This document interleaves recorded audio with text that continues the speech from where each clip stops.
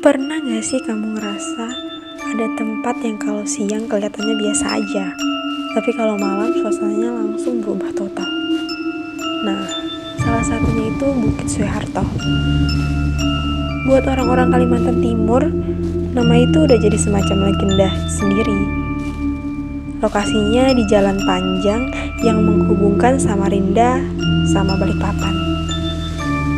Siang hari kalau kamu lewat situ mungkin bakal mikir, cuman hutan lindung biasa aja kok.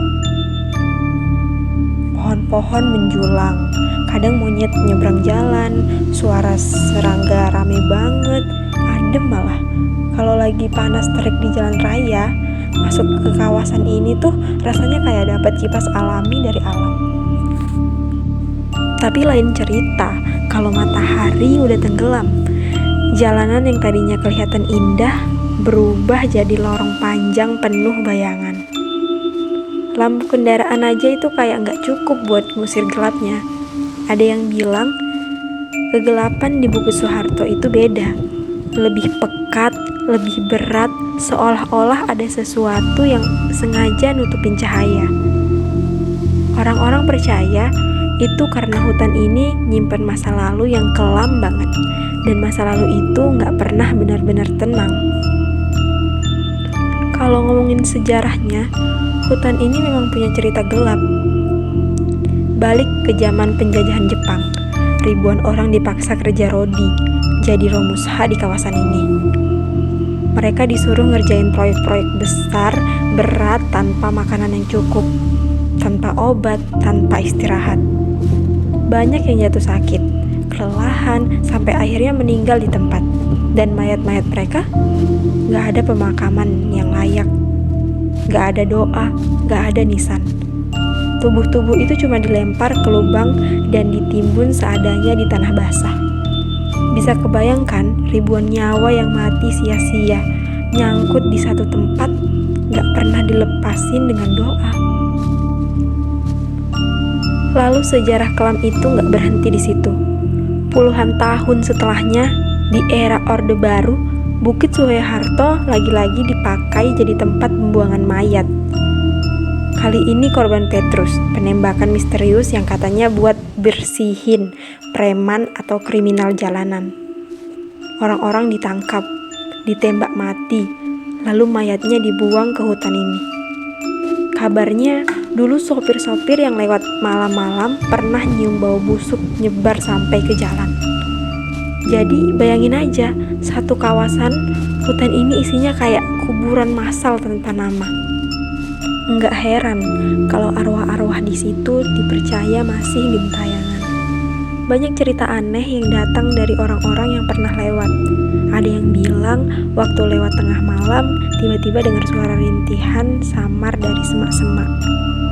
Padahal kalau dicek nggak ada siapa-siapa. Ada juga cerita tentang bayangan hitam tanpa kepala yang suka nyebrang jalan. Begitu kena sorot lampu, bayangan itu hilang begitu saja, seolah-olah larut ke dalam kegelapan. Sopir truk yang sering bolak-balik lewat jalur ini punya segudang cerita.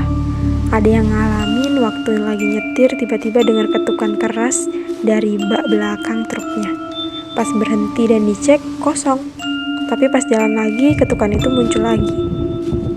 Yang bikin merinding, katanya pas dicek tanah di sekitar truk, ada jejak kaki basah yang menuju ke dalam hutan. Padahal nggak hujan sama sekali malam itu. Pengendara motor juga nggak kalah sering kena gangguan. Katanya, ada kejadian motor yang tiba-tiba terasa berat banget, kayak ada yang duduk bonceng di belakang. Awalnya mereka kira cuma perasaan, tapi begitu lihat kaca spion, ternyata ada sosok lusuh dengan wajah hancur, penuh darah, matanya kosong, ngeliatin lurus tanpa ekspresi. Banyak yang saking paniknya hampir jatuh dari motor. Makanya, orang sekitar punya semacam aturan gak tertulis kalau lewat Bukit Suharto. Pertama, jangan pernah klakson lebih dari 3 kali di tengah jalan. Katanya itu bisa dianggap sebagai panggilan buat arwah-arwah yang masih nyangkut di situ. Kedua, kalau ada wanita berbaju putih melambai di pinggir jalan, jangan pernah berhenti. Itu dipercaya arwah korban romusha yang mati muda. nyari pengganti biar dia bisa pergi. Ketiga, jangan berani-berani terlalu lama ngeliatin hutan dari balik kaca mobil. Beberapa sopir yang katanya melanggar aturan itu malah ditemukan tewas esok harinya, dengan wajah kaku kayak lagi jerit ketakutan. Dari semua cerita seram, ada satu yang paling terkenal, legenda sosok wajah rusak. Sosok ini dipercaya berasal dari korban Petrus yang ditembak tepat di kepala, lalu dibuang ke hutan. Wajahnya hancur berantakan, matanya bolong, darah ngalir dari wajahnya. Banyak pengendara yang ngaku pernah lihat dia berdiri di pinggir jalan, diam aja cuma menatap. Kalau ada yang nekat nengok 2 kali, katanya sosok itu makin mendekat. Dan banyak kisah orang yang ketemu dia akhirnya ditemukan meninggal mendadak. Jantungnya kayak berhenti karena ketakutan. Ada satu kisah yang sering diceritain orang. Katanya pernah ada pasangan muda yang lewat Bukit Soeharto malam-malam. Di tengah perjalanan, si suami mencium bau busuk yang tiba-tiba muncul di dalam mobil. Istrinya bilang dia merasa kayak ada orang lain duduk di kursi belakang. Mereka berusaha cuek, terus ngebut biar cepat keluar dari kawasan itu. Tapi pas lewat tikungan, suaminya gak sengaja lihat ke spion, dan disitulah dia melihat ada sosok dengan wajah rusak penuh darah duduk di kursi belakang. Matanya bolong, nembus pandang. Istrinya langsung menjerit. Mobil hampir oleng ke jurang. Sejak kejadian itu, mereka gak pernah lagi berani lewat Bukit Soeharto kalau malam. Itu baru satu kisah dari sekian banyak, karena hampir setiap orang yang sering lewat malam di Bukit Soeharto punya pengalaman aneh masing-masing. Ada yang bilang lampu mobilnya tiba-tiba mati di tengah jalan gelap, padahal baru saja diservis. Ada yang merasa kayak diikuti bayangan hitam sepanjang perjalanan. Dan ada juga yang benar-benar dengar suara orang manggil namanya dari dalam hutan, padahal jelas-jelas dia sendirian.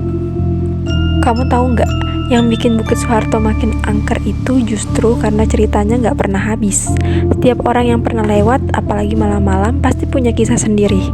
Entah benar atau cuma perasaan, tapi lama-lama jadi kayak kumpulan cerita yang diwarisin turun-temurun. Kalau kamu duduk bareng sopir truk, mekanik bengkel pinggir jalan, atau warga yang tinggal nggak jauh dari bukit itu, pasti ada aja kisah yang bikin bulu kuduk merinding. Sopir travel yang sering nganter penumpang malam juga punya cerita serupa.